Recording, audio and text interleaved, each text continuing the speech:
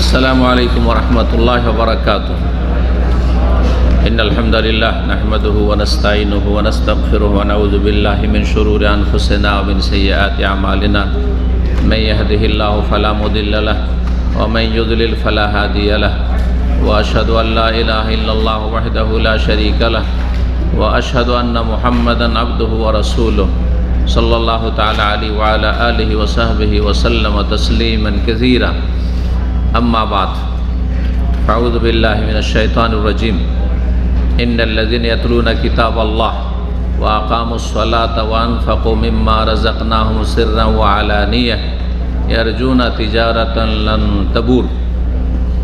সম্মানিত রোজাদার ব্রাদারান ইসলাম, আল্লাহ রাব্বুল আলামিনের প্রশংসা এবং প্রিয় নবী সাল্লাল্লাহু আলাইহি ওয়াসাল্লামের ওপর সালাত ও সালামের পর আজ 11ই রমজান 1444 হিজরি মোতাবেক 2রা এপ্রিল 2023 আমাদের ইফতার ক্যাম্প ইসলামিক কালচারাল সেন্টার দাম্মামে আজকে রমজান মাসের এই 11 তারিখে আমরা একটি গুরুত্বপূর্ণ বিষয় নিয়ে আলোচনা করব, যার সম্পর্ক হচ্ছে বিশেষভাবে মাহে রমজানের সাথে।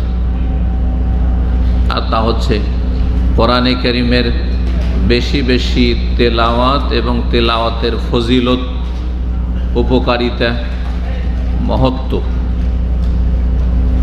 কোরআনে কারীম আল্লাহ রাব্বুল আলামিনের কিতাব, আসমানি সিলেবাস, মানব জাতির দিক নির্দেশনার জন্য, হেদায়াতের জন্য আল্লাহ রাব্বুল আলামিন আসমানি কোর্স নাযিল করেছেন।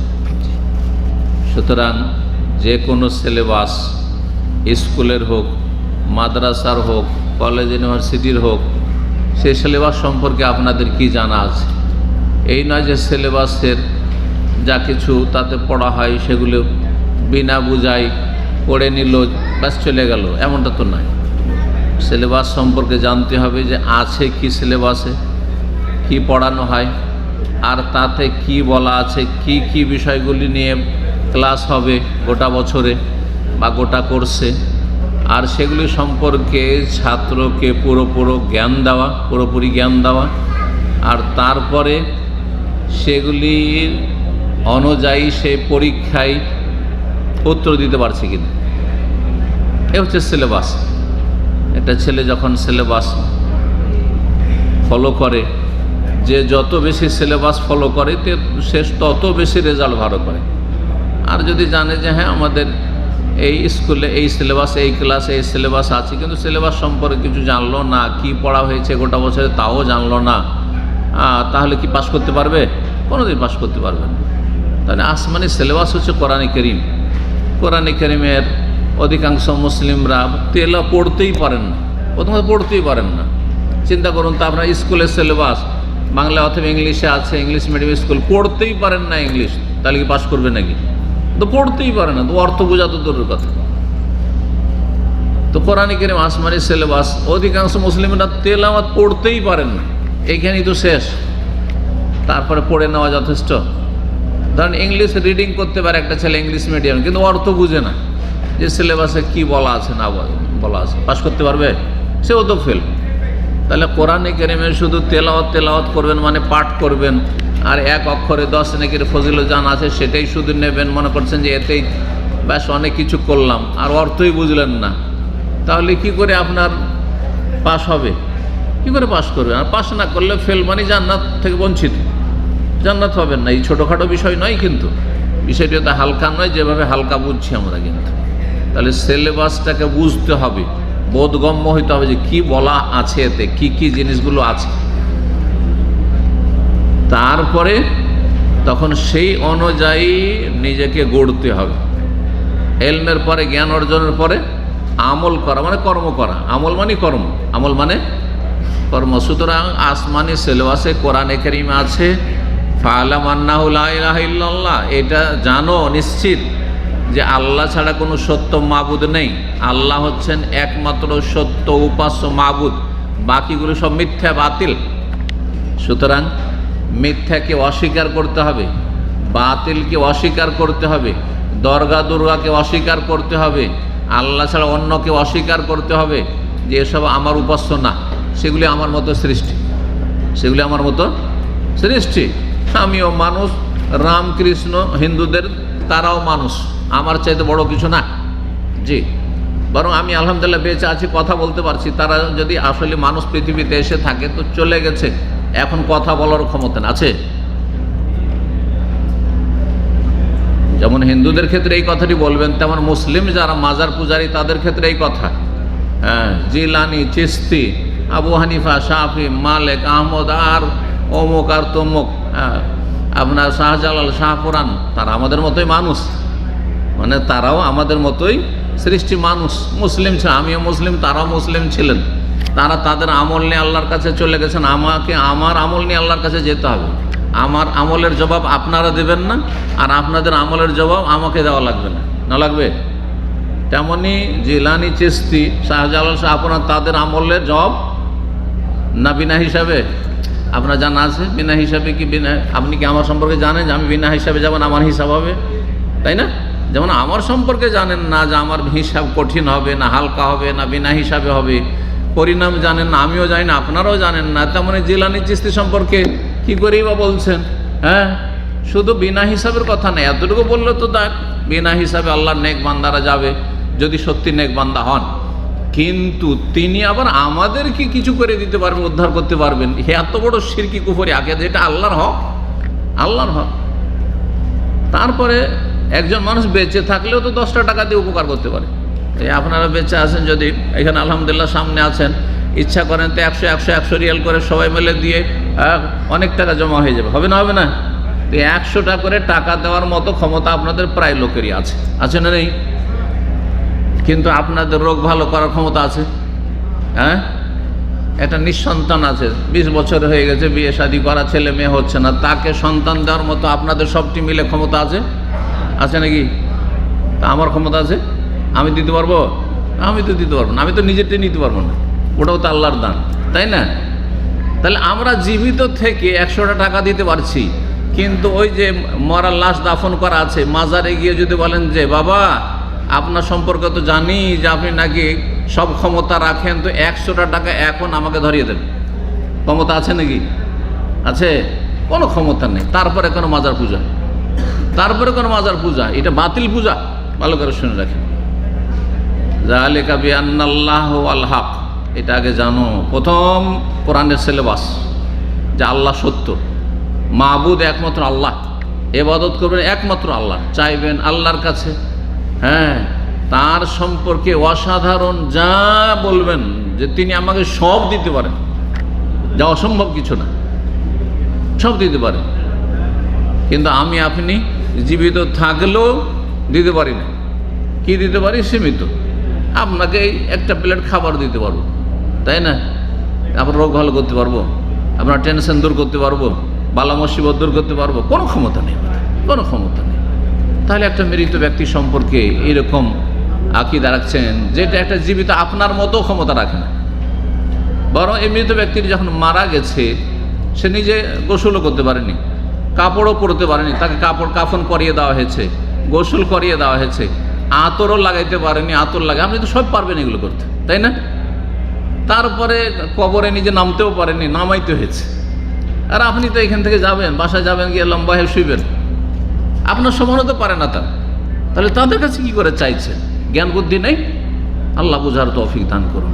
কি করে একজন মানুষ সুস্থ মস্তিষ্কের আর এত দুনিয়ার জ্ঞান গরিমা তাদের, বিবেক বুদ্ধি আল্লাহ তাদেরকে দিয়েছেন, হ্যাঁ, তারপরে এক অধম অসহায় যে নিজের খবর রাখে না যে আমার কি অবস্থা।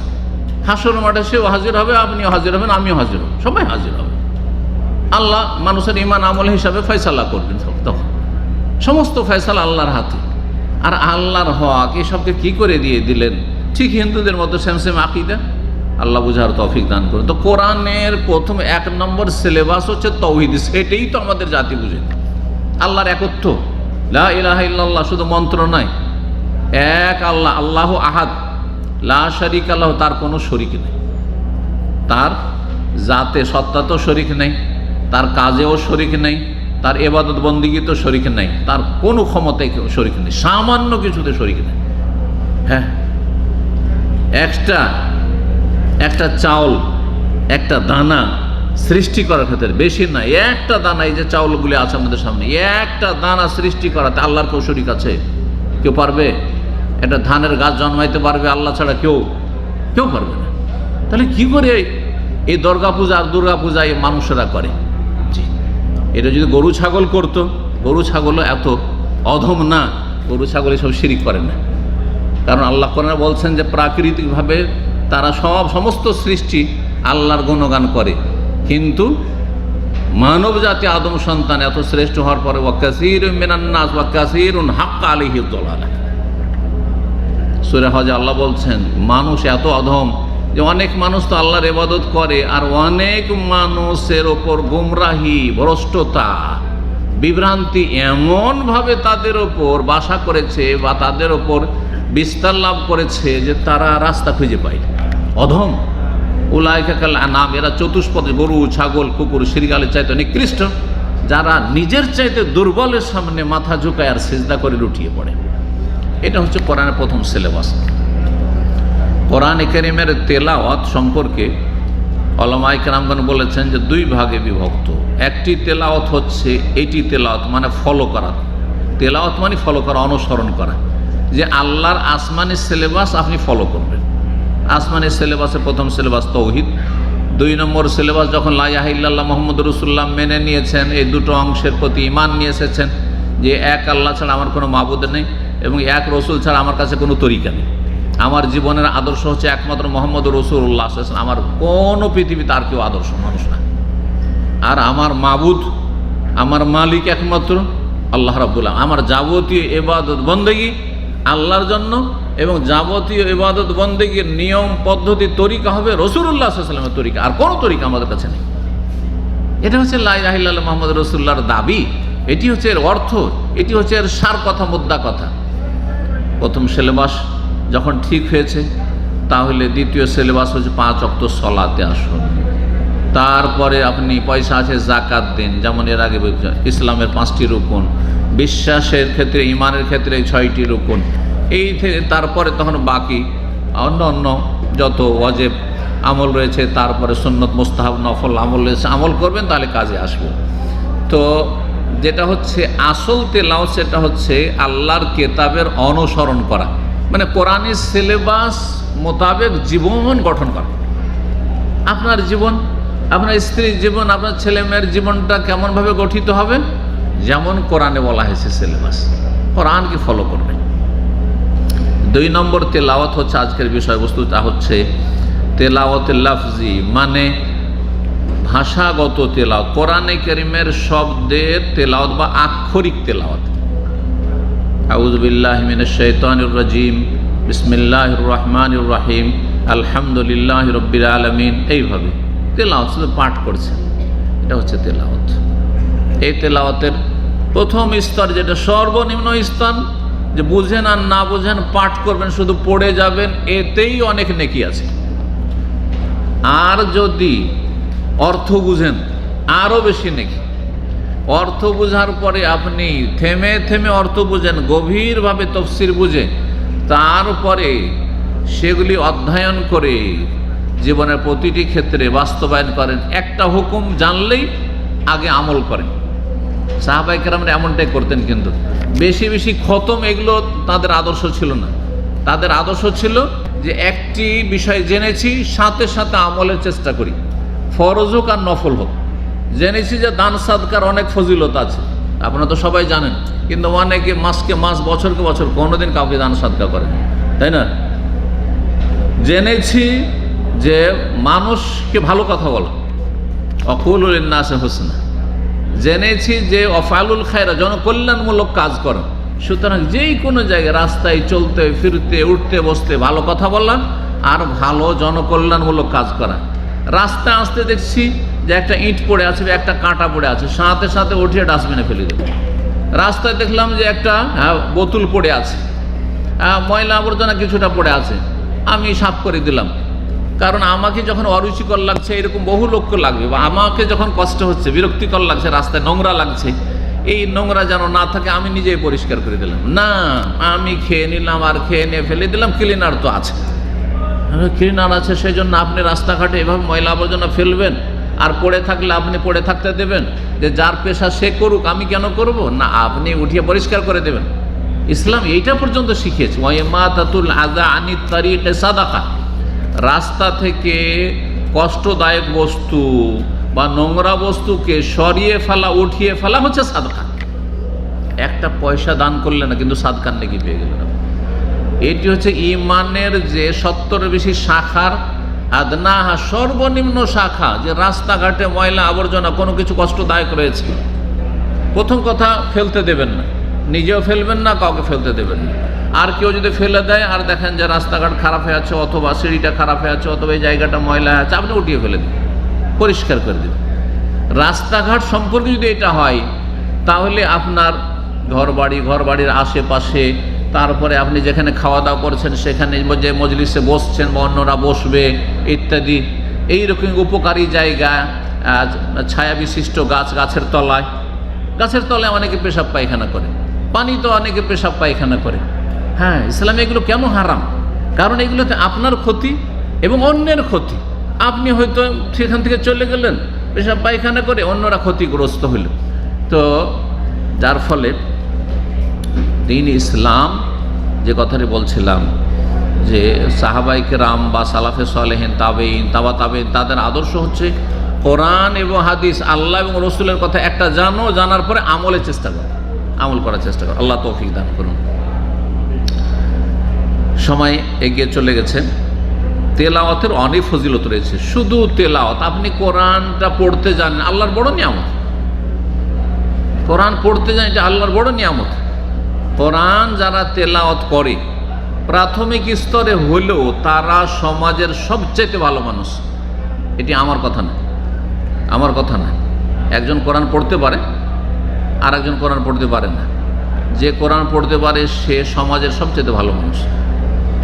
সে বয়সে ছোট হোক, সামাজিক দিক থেকে, পারিবারিক দিকে দুর্বল হোক, গরিবের ছেলে হোক, রিক্সা চালক হোক, মেথর হোক, সে আমার চাইতে আপনার চাইতে শ্রেষ্ঠ, তার যদি কোরআনের জ্ঞান থাকে। জি, এই মর্মে হাদিস উসমান রাদিয়াল্লাহু তাআলা আনহু, তৃতীয় খলিফা, তিনি সাহাবায়ে কেরামদের মধ্যে বলা হয়েছে যে অনেক বেশি তেলাওয়াত করতেন। যে কয়েকজন সবচেয়ে বেশি কোরআন তেলাওয়াত করতেন, সবসময় তাদের হাতে কোরআন দেখা যায়, সবসময় কোরআনে কারীম পাঠ করতে থাকতেন। তাদের অন্যতম হচ্ছেন উসমান রাদিয়াল্লাহু তাআলা আনহু। তো তিনি এই হাদিসে বর্ণনাকারী, খায়রুকুম মান তাআল্লামাল কোরআন ওয়া আল্লামাহু, তোমাদের মধ্যে সবচাইতে উৎকৃষ্ট, সবচাইতে ভালো মানুষ মান তাআল্লামাল কোরআন, যে কোরআন নিজে শিখে অথবা শিখায়। কোরআন নিজে শিখছেন অথবা শিখাচ্ছেন, কোরআনের নিজেই তেলাওয়াত করছেন, এলেম হাসিল করেছেন, কাউকে শিখান না। আপনি নিজে এলেম হাসিল, কোরআন জানেন, কোরআন পড়তে পারেন, আর তার উপরে যত এগিয়ে যাবেন তত বেশি ফজিলত আপনার। কোরআনের যদি জ্ঞান থাকে, সবচেয়ে ভালো মানুষ। আর ওর চাইতে ভালো মানুষ কোরআনের জ্ঞানও আছে আর অন্য কাউকে জ্ঞান দিতেও পারছেন, শিখাইতে পারছেন, আরও 10টা লোককে শিখিয়ে দিলেন, তাহলে আরও ভালো মানুষ। সহিহ বুখারীর হাদিস, নবী সাল্লাল্লাহু আলাইহি ওয়াসাল্লাম এই হাদিস, খায়রুকুম মান তাআল্লামাল কোরআন ওয়া আল্লামাহু, তোমাদের মধ্যে সবচেয়ে ভালো মানুষ ওই ব্যক্তি যে কোরআন শিখে, কোরআনের ছাত্র অথবা কোরআনের শিক্ষক। কোরআনের ছাত্র শিক্ষক মানে শুধু কোরআনের আক্ষরিক জ্ঞান নয়, ওর চাইতে বড় শিক্ষক একজন কোরআনের হাফেজ, শুধু কোরআন মুখস্থ করায়, আরেকজন কোরআনের কারি, শুধু শুদ্ধ কোরআন পড়ায়, আর একজন কোরআনের অর্থ তাফসীর বুঝায় মানুষকে। সে আরও বেশি ফজিলতের, কারণ তার কাছে আরো অতিরিক্ত জ্ঞান রয়েছে, যেহেতু কোরআনে জ্ঞান।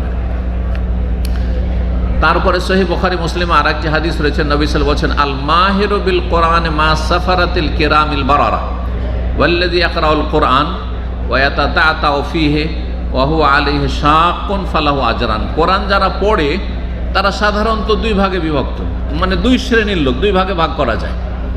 এক হচ্ছে যারা কোরআন পড়ে আর কোরআনে খুব পারদর্শী। মাহির মানে হচ্ছে পারদর্শী, পটু। কোরআন পড়া মনে হচ্ছে তাদের পানির মতো, কষ্ট হয় না, তারপরে উচ্চারণে কোনো রকমের ভুল হয় না, স্বাভাবিক যেমন মাতৃভাষা বলে যাচ্ছে। দেখেন, মাতৃভাষায় এক আল্লাহর এমন নিয়ামত চিন্তা করে বলতে হয় না। আপনি একটু গিয়ার চেঞ্জ করে আপনার নিজের মাতৃভাষা বাদ দিয়ে আপনি উর্দুতে কথা বলেন, আপনি যতই ভালো আরবি জানেন, আমরা যতই ভালো আরবি জানি, যতই ভালো উর্দু জানি না কেন, কারণ সারা জীবন উর্দু আর আরবি পড়েছি মাদ্রাসা থেকে শুরু করে আজ পর্যন্ত, আর এই দুটো ভাষা সবচেয়ে বেশি পড়াশোনা হয়, বাংলা পড়া ওর চাইতে অনেক কম হয়। তারপর মাতৃভাষার জন্য আমাকেও কিন্তু এখানে চিন্তা করতে হয় না যে কোন শব্দটা কিভাবে পেশ করব, অটোমেটিক্যালি কিন্তু বেরিয়ে আসছে, ঠিক না? এটা খেয়াল করেছেন কিনা?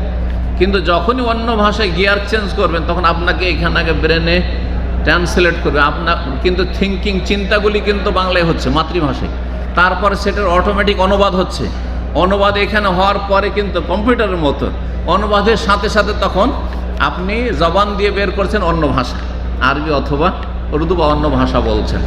তো এই জন্য যার কোরআনের তেলাওয়াত হচ্ছে একবার মাতৃভাষার মতো, এত সুন্দর তেলাওয়াত করে, এত সুন্দর ইজি, তার জন্য খুব সহজ। যদি এইরকম হয় যেই ব্যক্তি কোরআনের পারদর্শী, কোরআনের অর্থে পারদর্শী, কোরআনের তেলাওয়াতে পারদর্শী, কোরআন মুখস্থতে পারদর্শী, আল মাহের অবিল কোরআন, যে কোরআনের মাহের, মা সাফারাতিল কেরামিল বারারা, সম্মানিত নেক ফেরেশতারা মালায়েকা যে রয়েছেন তাদের সাথে আল্লাহ তাদেরকে স্থান দেবেন হাসরের মাঠে জান্নাতে। তারা অবস্থান করবে কার সাথে? সাফারা মানে মালায়েকা, ফেরেশতা যারা আল্লাহর দূত, সাফির মানে দূত হয়, সাফারা বহু বচন, কেরাম সম্মানিত, সম্মানিত ফেরেশতা, আল বারারা বারনের বহু বচন, নেক যারা, কারণ ফেরেশতারা সবাই সম্মানিত, সবাই নেক, তাদের কোনো গুনাহ হয় না। যেমন মানুষ, আমি যতই ভালো মানুষ হয় আমার গুনাহ হইতে পারে, আর হচ্ছেও, ইচ্ছা করে না হলে অনিচ্ছাকৃত ভুল হয়ে যাচ্ছে, কিন্তু ফেরেশতারা লা ইয়াসুন আল্লাহ, আমার কোনো গুনাহ হয়নি। তাদের সাথে আল্লাহ জায়গা দেবেন কোরআনের যারা পারদর্শী পণ্ডিত জ্ঞানী, তাদেরকে, কোরআন যারা বেশি বেশি তেলাওয়াত করে তাদেরকে। ওয়াল্লাযী ইয়াকরাউল কোরআন, আর আরেক শ্রেণীর মানুষ কোরআন পড়ে কিন্তু কোরআন পড়তে গিয়ে উচ্চারণে কষ্ট হয়, তার কোরআন স্পষ্ট করে ক্লিয়ার করতে বড় কষ্ট হয়, এমন লাগে, ভারী লাগে উচ্চারণ করতে, হ্যাঁ, পার্থক্য করতে পার না, জিম, জাল, জা, সা আর শিন আর সিন, এই পার্থক্য যদি আপনার ছোট থেকে ফাউন্ডেশন মজবুত না থাকে অথবা একটু মেহনত ভালো না করেন তাহলে করতে পারবেন না। অনেক সময় অনিচ্ছাকৃত, মাতৃভাষা না হলে, মাতৃভাষা হলে অটোমেটিক্যালি বেরোয়, মাতৃভাষা না হলে অনিচ্ছাকৃত ভুল বেরিয়ে যায়, অনিচ্ছাকৃত, অথচ জানা আছে যে এখানে জিম হবে না, এখানে যা হবে। তো যার পড়তে কষ্ট হয়, প্রাথমিক শিখেছেন, অল্প কিছু শিখেছেন, যেমন আপনারা সাধারণ মানুষ যারা কোরআন পড়তে পারেন, কষ্ট করে পড়ছেন আপনি, ওয়াহু আলাই শাকুন, এই যে কষ্ট করে পড়ছেন আর কষ্ট করছেন, এক পড়ার ফজিলত নেকি আর কষ্ট করার নেকি, সেই জন্য নবী বলছেন ফালাহু আজরান, ডবল নেকি পাবে, দ্বিগুণ নেকি। কষ্ট করে যারা কোরআন পাঠ করে তারা দ্বিগুণ নেকি পাবে, ডবল নেকি পাবে। তাহলে যারা কষ্ট করে পড়ে তারা কি এর চাইতে বেশি? যেই ব্যক্তি কোরআনের পণ্ডিত পারদর্শী তার চাইতে বেশি না, বেশি বোঝানো হয়নি। এইখানে দুটো যেহেতু সে শ্রম দিচ্ছে, একটা কষ্ট করছে আর একটা কোরআন পড়ছে, সেই জন্য ডবল নেকি, দুই গুণ। আর তার চাইতে বেশি হচ্ছে মর্যাদা কার? যে কোরআনের পারদর্শী, সে তো ফেরেশতাদের সাথে, হাসর মাঠে তার সাথে ফেরেশতা, তারপরে কবর থেকে উঠে যাচ্ছে তার সাথে মালায়েকা, তারপরে জান্নাতে তার সাথে মালায়েকা, সবসময় ডানে বামে, যেমন সিকিউরিটি। দেখেন আমাদের কোনো সিকিউরিটি নেই, আছে সিকিউরিটি আছে, কিন্তু যত যে বড় মানুষ হবে তত তার পাশে সিকিউরিটি, তত তার পাশে সিকিউরিটি আছে। ঠিক তেমনই যেন যারা কোরআনের মাহের পারদর্শী তাদের ডানে বামে সামনে পিছনে ফেরেশতাদের সিকিউরিটি পাহারা থাকবে। এটা তো আখিরাতে থাকবে, দুনিয়া তো আল্লাহ হেফাজত করবেন। কোরআন দিয়ে আল্লাহ মানুষের হেফাজত করেন, যাদের অন্তরে কোরআন রয়েছে তাদেরকে আল্লাহ হেফাজত করেন জিন শয়তানের অনিষ্ট থেকে, মানুষ শয়তানের অনিষ্ট থেকে। জিন কোরআনের জ্ঞানীকে দেখলে দূরে পালায়, জিন শয়তান। পক্ষান্তরে যার অন্তরে কোরআনের জ্ঞান নেই, তার অন্তর সম্পর্কে, তার কলব সম্পর্কে নবী সাল্লাল্লাহু আলাইহি ওয়াসাল্লাম বলেছে কাল বাইতুল খারিব, বিরান বাড়ির মতো। বিরান বাড়ি বুঝেন তো? অনাবাদ বাড়ি, বাড়ি তৈরি করা আছে, মালিক বছরকে বছর যায় না, সে বাড়িতে কে বাস করে? কয়েকটা দিন খালি থাকলে জিন শয়তান এসে দেখবে যে বাড়িটা তো খালি আছে, কেউ তো আমাদের ডিস্টার্ব করবে না, তখন ওখানে বাস করা শুরু করবে, জিন শয়তান বাস করা শুরু করবে। এইরকম বাড়িগুলো দীর্ঘদিন যখন খালি থাকে আর তারপর কোনো মানুষ বসবাস শুরু করে আর ঈমান আমল দুর্বল হয়, পাপ করছে, তখন তাদের ছেলে মেয়েদেরকে শয়তান তখন কষ্ট দিতে শুরু করে, পেরেশান করা শুরু করে। কিন্তু ভালো মানুষ গেলে, ভালো মানুষ হঠাৎ করে যদি ঢুকে যায়, আর বিরান বাড়ি ছিল, সাথে সাথে শয়তান আর ভয়ে সেখানে টিকতে পারবে না, কারণ এখানে থাকলে জ্বলে পুড়ে শেষ হয়ে যাব। হ্যাঁ, সুতরাং পালিয়ে যায়। এই পার্থক্যটা আমরা দেখতে পাই। দীর্ঘদিন খালি বাড়ি এই জন্য রাখতেন নাই, প্রয়োজনের বেশি বাড়ি তৈরি করে আর ঘর তৈরি করে রাখতেন না, এগুলো শরীয়তে আসলে ভালো জিনিস নয়। তো যে কথাটি বলছিলাম, যে নবী সাল্লাল্লাহু আলাইহি ওয়াসাল্লাম বলেছেন, যার অন্তরে কোরআন নেই, আল্লাযী লাইসা ফি জাওফি কোরআনুন কাল বাইতিল খারিব, বিরান বাড়ির মতো, অনাবাদ বাড়ির মতো, সেখানে শয়তান আড্ডা করে। ঠিক তেমনি যার কোরআনের জ্ঞান নেই, তাকে শয়তান যে কোনো সময় বিভ্রান্ত করতে পারে। কোরআনে কারিমের ফজিলত সম্পর্কে বিভিন্ন দিক থেকে অনেক হাদিস রয়েছে। একটি হাদিস আর শোনায় যেটি খুব গুরুত্বপূর্ণ এবং এইটি অনেকের জানাই আছে।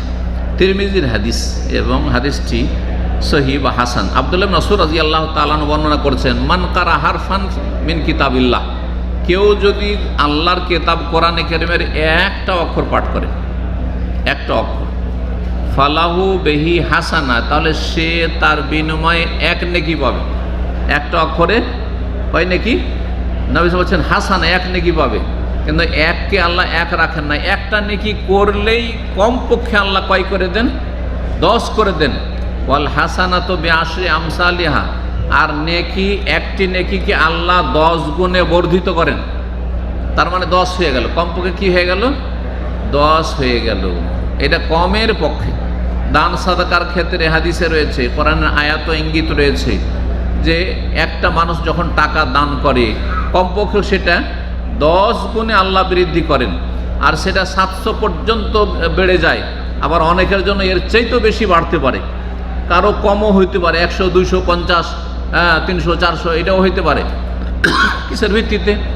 তার অবস্থার, আর্থিক অবস্থার ভিত্তিতে, তার অন্তরের এখলাসের ভিত্তিতে, সে কতটা সে আন্তরিকতার সাথে দিচ্ছে, কি পরিস্থিতিতে, অনুকূল না প্রতিকূল পরিস্থিতিতে দিচ্ছে।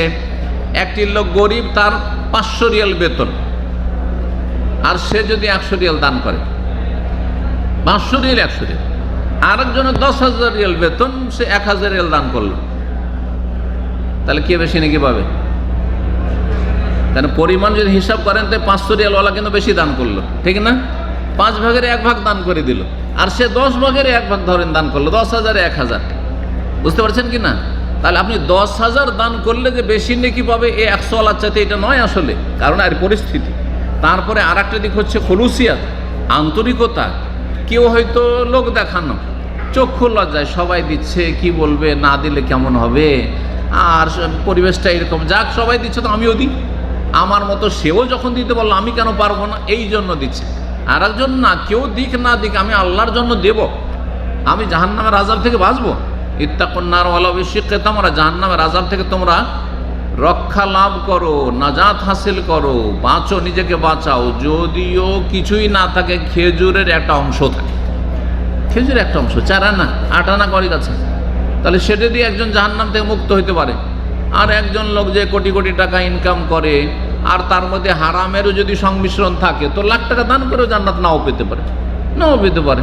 জি, কারণ তার হয়তো এখলাস নাই, দুনিয়ার গরজে দিচ্ছে। আর অনেকে আছে যে দুনিয়ার স্বার্থে দিচ্ছে। আল্লাহ বুঝার তৌফিক দান করতে। যে কথাটা বলছিলাম, যে ইসলামে যে কোনো একটা নেকি করলে কমপক্ষে কি হয়? 10 গুণ হয়ে যায়। তাহলে আপনি একটা অক্ষর কোরআনে পাঠ করলে কত পেলেন? হ্যাঁ, 10 নেকি পেলেন। নবী সাল্লাল্লাহু আলাইহি ওয়াসাল্লাম এটাকে ভেঙে বোঝাচ্ছেন যে লা আকুলু আলিফ লাম মিম হারফুন, আমি এটা বলছি না তোমাদের যে কেউ পড়লো আলিফ লাম মিম, এটা একটা অক্ষর হলো, বরং এতে 3টি অক্ষর হয়ে গেল। বাল আলিফুন হারফুন, লামুন হারফুন, ওয়া মিমুন হারফুন। আলিফ একটা অক্ষর হয়ে গেল, লাম একটি অক্ষর হয়ে গেল, আর মিম আর একটি অক্ষর হয়ে গেল। তাহলে একটি লোক শুধু বলল আলিফ লাম মিম, কত নেকি পেল? 30 নেকি পেয়ে গেল, 30 নেকি পেয়ে গেল। বিসমিল্লাহির রহমানির রহিম, এটি কোরআনের আয়াত। বিসমিল্লাহির রহমানির রহিম পড়লেন, কতটি অক্ষর আছে? বিসমিল্লাহ কতটি অক্ষর আছে, কি বলতে পারে? দেখি এখানে পরীক্ষা। 19। হ্যাঁ, আর কোন মত আছে? বিসমিল্লাহ 19টা অক্ষর আছে না কম আছে না বেশি আছে? হ্যাঁ, কেউ জানেন না? সুবহানাল্লাহ। বিসমিল্লাহ 19 অক্ষর আছে, এটি আমাদের দেশে প্রচলিত ভুল।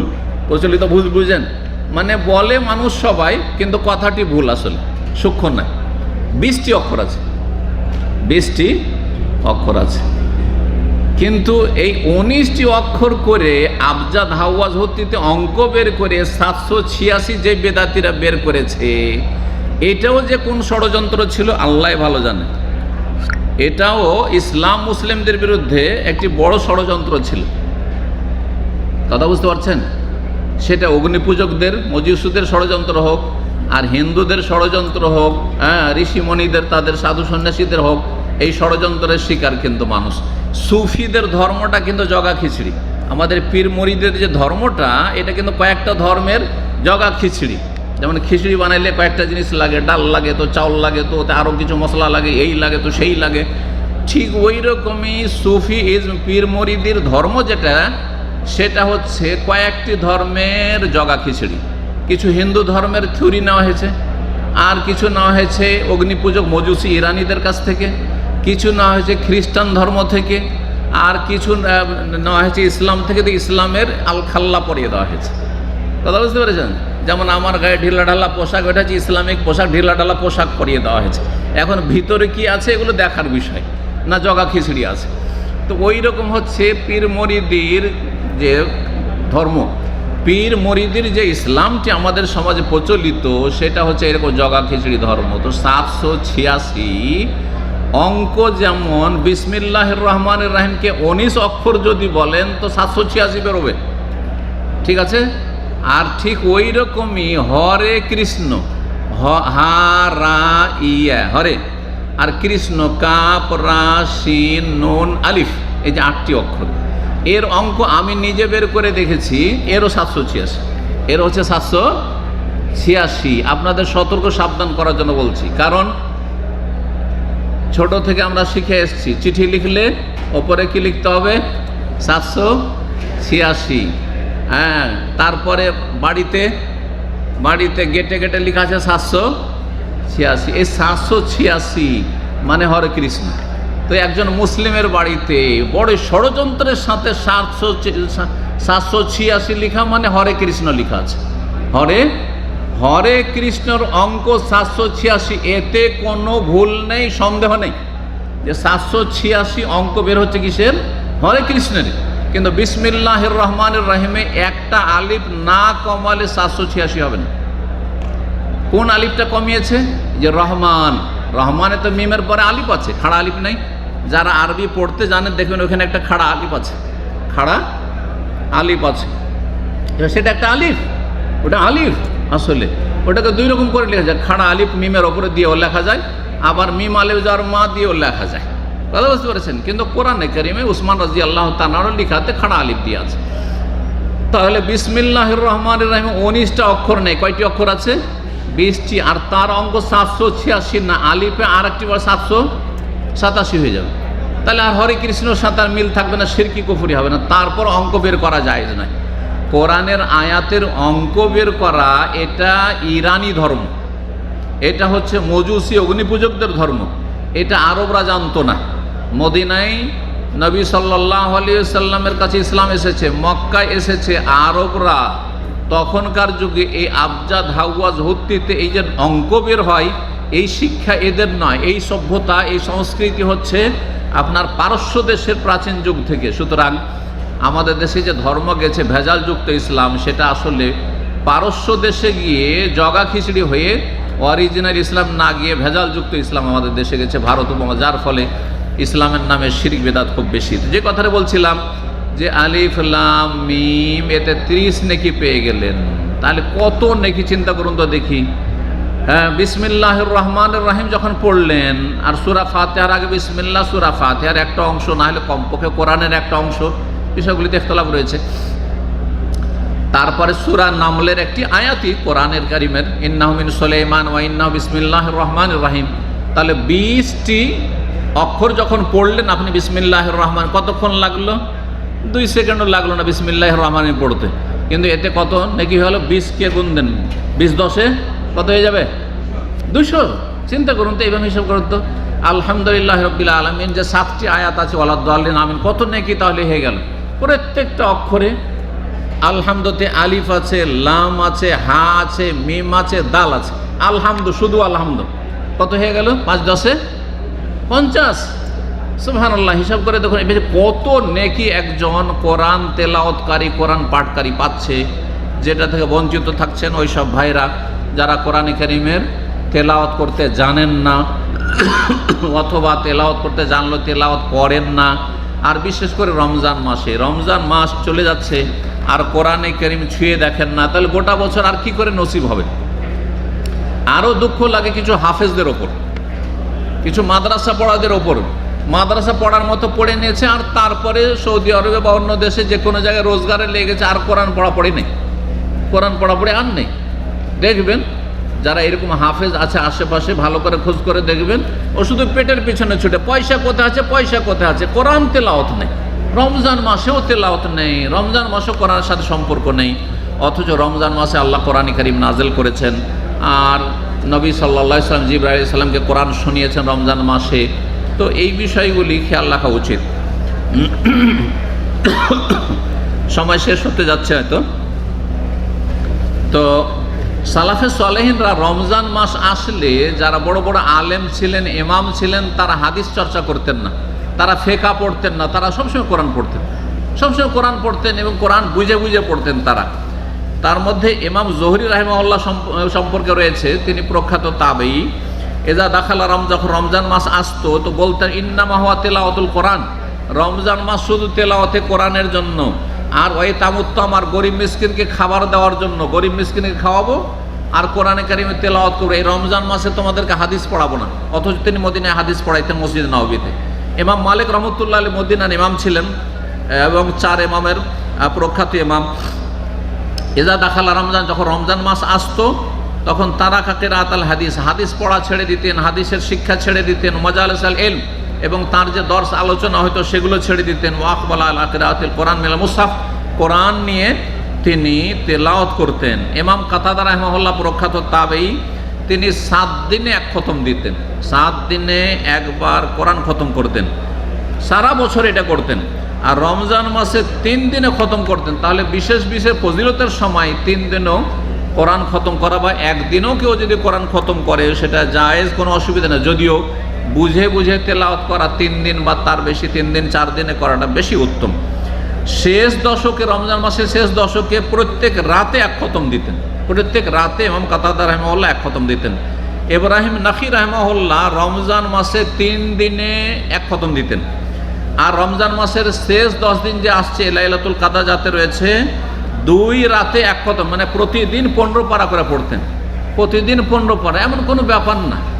আমি একবারে স্বাভাবিক পড়া পড়ি, প্রত্যেকটি অক্ষর উচ্চারণ করে পড়ি, আমাকে 1 পারা খতম করতে মাত্র 16 থেকে 17 মিনিট লাগে, 17 মিনিট।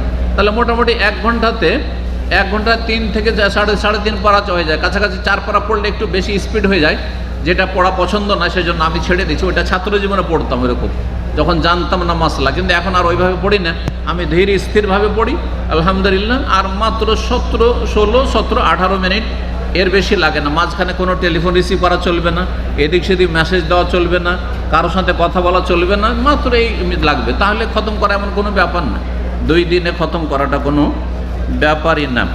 ইমাম আসওয়াদ রাহিমাহুল্লাহ তাবেঈ ছিলেন, তিনি প্রত্যেক 2 রাতে 1 খতম দিতেন, গোটা রমজান 2 দিনে 1 খতম, তার মানে গোটা রমজানে 15 খতম দিতেন।